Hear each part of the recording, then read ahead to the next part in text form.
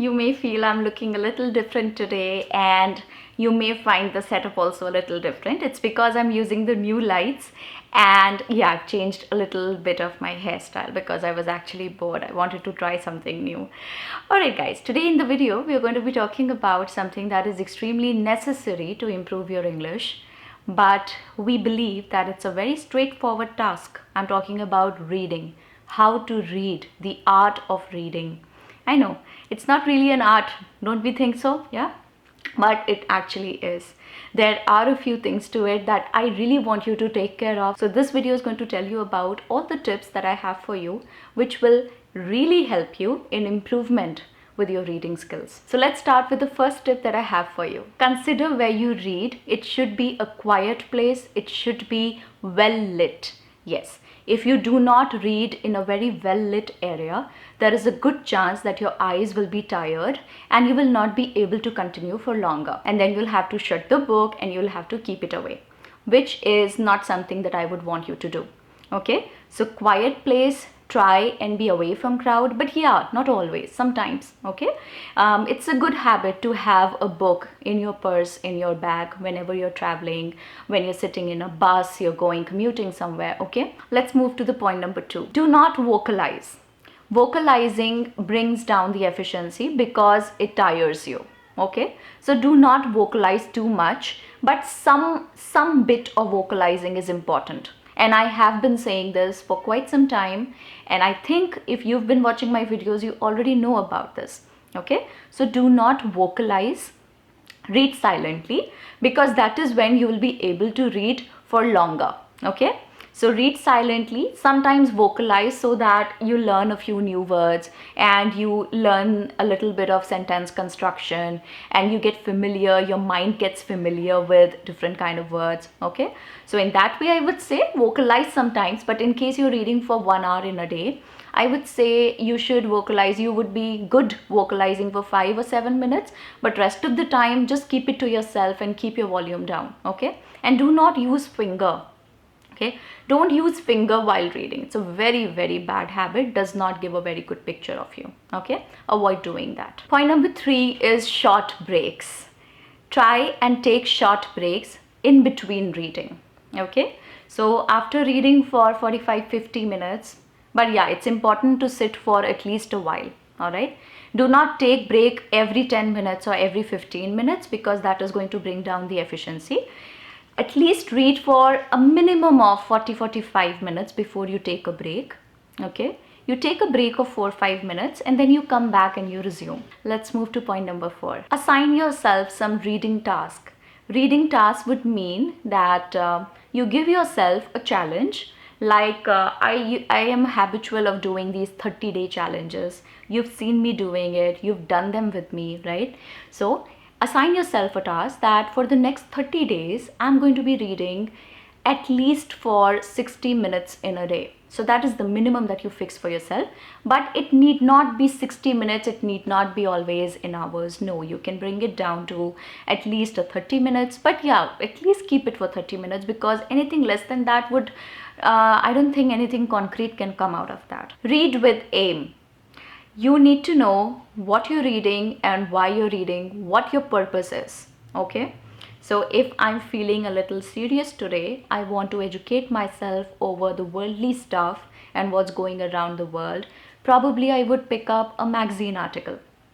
Okay, but in case I feel a little towards nostalgia, or I feel a little towards romance, probably I would pick up a novel and accordingly read. Point number 6 is quite important. It's called having an access to related knowledge. So if, let's say, I am giving you a very practical example, if I want to read something about World War II, okay, there is this article about World War II and I'm reading it, I would probably do a little bit of research around World War II. I would find out what years it happened and what were the countries involved. Okay, so a little bit of the sequence of the events. All right, so that the article makes more sense to me. A little bit of related knowledge, a little bit of background check, you understand, right? So a little bit of the background of whatever topic you're going to be reading. It always helps, and I do it all the time. If I'm about to pick up a novel and I want to read it, I definitely would look up the author on internet. Okay, I would find out a little about him. I would want to know what era he belonged to, and a little bit. I generally, before starting a book, I generally read the back of the book, because that talks about the author, right? And it talks a little bit the premise of the book, and then I always read about the author. Let's move to the next point. Skimming is very important. Skim the article. Okay, when you're picking up something, first see the headings, see the subheadings, find out a little about the article first at a glance, so that you may know whether this article is good for you, it's fruitful for you or not. If it is not very fruitful, I would advise that you leave that and you pick something else up. Okay, so go through the article first all at a glance, and then you actually decide to read more into the detail. Go through the contents of the book. There is always, generally there is this index kind of thing in the first 4 or 5 pages of the book. Go through that and then you start with the reading. Avoid taking long breaks from reading. If you take long breaks between reading, okay, you generally lose out on the tempo. It's not good for you. So if you're reading, avoid delaying picking up the book the next time for a longer period of time. Okay, so if I'm reading today and I don't feel like reading the other day, it's all right. I would definitely want to make it a point that I pick the book again up on the second day or the third day, okay, after taking a break of one day. And that is what is going to ensure that I complete the book. Otherwise, the book will be kept in the corner. You will be done with 20, 25, maybe 100 pages, and then it will never be read again and it will be gone. So don't let that happen. Please finish the book. Okay? Always finish what you start. I am very bad at it. I should not be preaching this, but it's a very good habit. So I have to say this to you. Okay? Please finish what you start. Do not leave the books in between. Yes, sometimes if they're not making any sense to you and you really don't want to continue, that is okay. Okay? Once in a while it's okay, but developing that habit is not good. Now, in the end, I have an interesting fact for you. The interesting fact is that when you're reading a sentence, you do not read every letter of every word. You only read the first and the last letter of every word, and that is how you actually read. Your focus does not go to every single letter of every word.